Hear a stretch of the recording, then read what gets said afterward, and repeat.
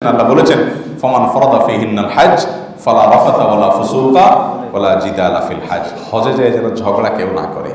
হজ করে আসছেন আর একটুও ঝগড়া করেন নাই, এমন হাজী সাহেব আছেন কেউ এখানে? কারোর সাথে কোনো তর্কাতর্কি গন্ডগোল ফাসাদ কিচ্ছু করেন নাই, আসেননি কেউ?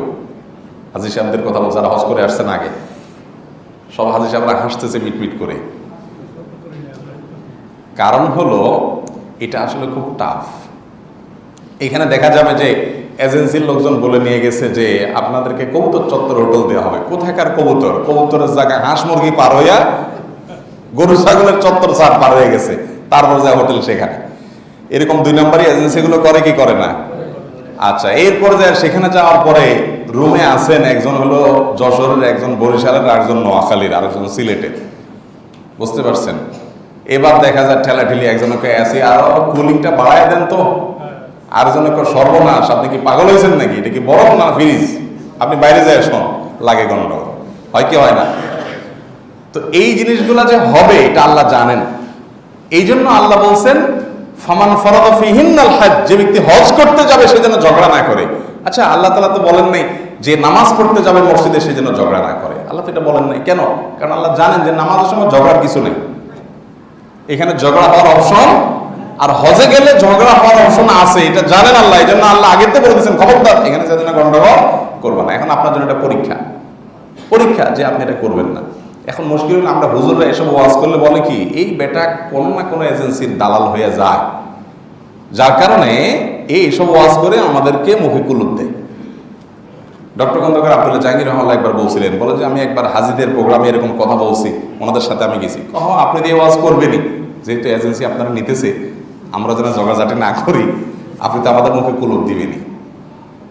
আসলে ব্যাপারটা তা না। ব্যাপারটা হলো সেখানে ঝগড়া করলে আমার হজ নষ্ট হবে। বলে তাহলে কি আমি অত্যাচার সহ্য করবো? না, অত্যাচার সহ্য করার দরকার নেই। এজেন্সি আপনার সাথে বিট্রে করেছে, বেইমানি করেছে, প্রতারণা করেছে, আপনি হজ মিশনে রিপোর্ট করেন, সেখানকার যেখানে যেখানে নোটিশ করা যায় সেখানে নোটিশ করেন, খবর হয়ে যাবে ওর 14 গোষ্ঠী। আমরা এই যে গত আমরা সফরে গেছি, আমাদের সৌদি যে এজেন্ট ছিল সেই এজেন্ট আমাদের বাস দিছে অনেক দেরিতে।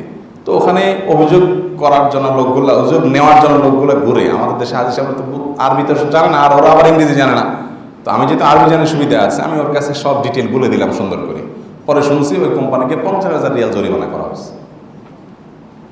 তো সৌদি আরব তো সিস্টেমের দেশ, আপনি শুধু নালিশটা করতে পারলে জায়গা মতো ওর গোষ্ঠী উদ্ধার হয়ে যাবে। ঝগড়া করে নিজের আখলাখ নষ্ট করার দরকার নাই, আপনার রাইট আপনি আদায় করে নেন, কিন্তু ঝগড়া করবেন না। আল্লাহ তাআলা আমাদেরকে এরকম হজ করার তৌফিক দান করুন। হজে যারা যান, একটা বড় জটিল বিষয় হলো যারা আগে যান, হজ শেষ হয়ে গেছে বা পরে যান যারা, এরপর আরো 20-30 দিন আছে, সময় কাটে না, কি করবে? হোটেলে বসে বসে দেশে কোথায় গন্ডগোল হলো, কোথায় ফাসাদ হইলো, কোথায় নির্বাচন হয়েছে, নির্বাচনে কি হয়েছে, কে জিতছে, কে হারছে, এটা নিয়ে আবার সেখানে বিএনপি আওয়ামী লীগ মারামারিও হয়। রুমে রুমে হাজীদের একদল বিএনপি একবার আওয়ামী লীগ। তো কাজ টাজ তো আর নাই, দেশে অনেক ব্যস্ত এরা, কিন্তু ওখানে বসে বসে ওই হোটেলে যায় ফাও খাও আর মসজিদে 4-5 ওয়াক্ত নামাজ পড়া, আর কাজ নাই। তো ও বসে বসে এবার গন্ডগোল করতে করতে হাতাহাতি পর্যন্ত হয়। এই সময়গুলোকে নষ্ট করে আমাদের দেশি হাজিরা।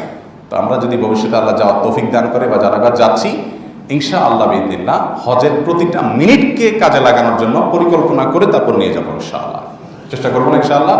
আল্লাহ তাআলা আমাকে আপনাকে আমাদের সবাইকে হজ্জে মাবরুর, ভালো হজ, যে হজের বিনিময় জান্নাত ছাড়া আর কিছু না। নবীজি বলেছেন আল হজ্জুল মাবরুর লাইসা লাহুল জাযাউ ইল্লাল জান্নাহ, ভালো হজের বিনিময় জান্নাত ছাড়া আর কিচ্ছু নাই।